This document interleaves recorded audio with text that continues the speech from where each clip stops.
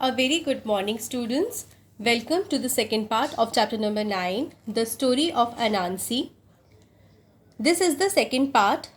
In the first part, we had read up to this line, and in second part, we will read from this line. The obedient boys brought him the ropes. Anansi tied one end of each ropes round his middle. Now, Intikuma, my son, he said, turning to look at him, take the other end of the rope in your hand, hold it tight and run as fast as you can to the upper village. As soon as the feast begins, give the rope in your hand a tug. I will come at once and eat there. उसके दोनों ही बेटे उसकी बातें सुनते थे, दोनों ही अपने पिता से बहुत प्यार करते थे, दोनों ही बहुत ही ओबीडियंट थे, दोनों ही जल्दी से अपने पिता के लिए रस्सी ले आए। अनानसी ने जो दोनों ही रोप थे उनका एक एक छोर अपने कमर पे बांध लिया, अपने मिडल मतलब अपने कमर के हिस्से पे बांध लिया, और जो दूसरा छोर था रस्सी का, पहला छोर उसने इंतिकुमा को दिया और कहा उसकी तरफ देख के कि इसको लेके तुम जल्दी से अपर विलेज पहुंच जाओ और इसको बहुत ही टाइट पकड़ के रखना। होल्ड इट टाइट मतलब टाइट से पकड़ के रखना, और जैसे ही अपर विलेज में फीस्ट स्टार्ट हो, खाना स्टार्ट हो, पार्टी स्टार्ट हो, तुम इस रस्सी को ज़ोर से अपने हाथ में टक करना, ज़ोर से खींचना। मैं जल्दी ही वहाँ आ जाऊँगा और वहाँ आके खाना खा लूँगा। Anansi then give his younger son the end of the other rope. उसके बाद फिर अनानसी ने जो दूसरा रोप था उसका जो एंड था वो अपने छोटे बेटे को दिया। यंगर सन मतलब छोटे बेटे को दिया। जैसे आप पिक्चर में भी देख सकते हैं, दोनों रस्सी को उसने अपने कमर से बांधा और एक रस्सी का एंड अपने बड़े बेटे को दिया और दूसरे रस्सी का एंड अपने छोटे बेटे को दिया। He told him to go to the lower village and do what he had asked Intikuma to do. Intikuma and Kwekutsin happily ran off, holding the ends of their ropes in their hands. और उसने अपने छोटे बेटे को कहा कि तुम जल्दी से लोअर विलेज चले जाओ और वही करना जैसे मैंने इंतिकुमा से कहा है।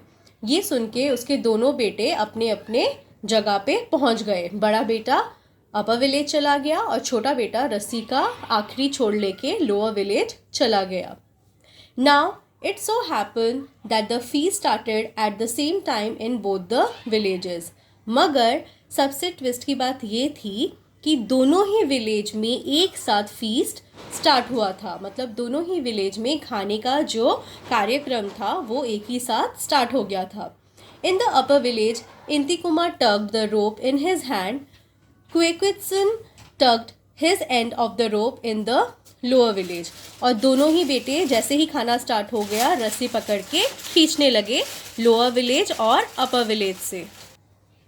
Both the boys pulled at the same time, but Anansi couldn't run either way because as they pulled the ropes tightened around his waist. The boys pulled and pulled, the ropes kept tightening. मगर अनानसी ना इधर भाग पा रहा था ना दूसरी तरफ भाग पा रहा था। मतलब ना ही अपर विलेज की तरफ भाग पा रहा था ना ही लोअर विलेज की तरफ भाग पा रहा था, क्योंकि दोनों बेटे रस्सी के छोर को पकड़ के खींच रहे थे एक ही समय में, और इसके वजह से वो जो रोप था उसके कमर में वो बहुत ज़्यादा टाइट हो गई, और जितना वो दोनों खींच रहे थे उस रोप को वो रस्सी उतनी ही टाइट होती चली गई। Hurry up father, they shouted loudly, if you don't there will be no food left. दोनों ही बेटे चिल्लाने लगे, पिताजी अब जल्दी आ जाइए वरना खाना बाकी ही नहीं रहेगा, सब खाना खत्म हो जाएगा। They didn't know what was happening to their father and were surprised that there were no sign of him. People gathered around to watch. The poor boys were quite ashamed of themselves, but they didn't stop pulling until the feast came to an end. वो दोनों ही नहीं जानते थे कि उनके पिता के साथ क्या हो रहा है, और दोनों ही बहुत ही हैरान थे, सरप्राइज थे कि उनके पिता अभी तक क्यों नहीं आए।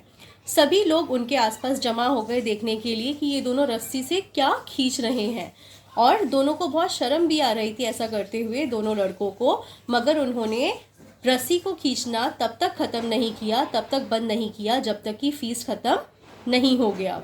Then they dropped the ropes and went back to see why their father had not come. A strange sight met their eyes. The tight ropes around Anansi's middle. उसके बाद दोनों ही बेटों ने रस्सी छोड़ दिया और जल्दी से अपने घर की तरफ भागे देखने के लिए कि उनके पिता अभी तक क्यों नहीं आए। और उन्होंने जो देखा, ये देख के वो दोनों बहुत ही हैरान हो गए, बहुत ही आश्चर्यचकित, बहुत ही स्ट्रेंज हो गए। उन्होंने क्या देखा? The tight rope around Anansi's middle had squeezed him completely out of shape. दोनों जिस तरह से अपने पिता को खींच रहे थे, उसके पिता का जो कमर था वो बहुत ही स्क्विज्ड हो गया था, बहुत ही जैसे चिपक सा गया था। The middle of his body where the ropes had tightened was thin as reed, but above and below the waist he had puffed out like a pitcher.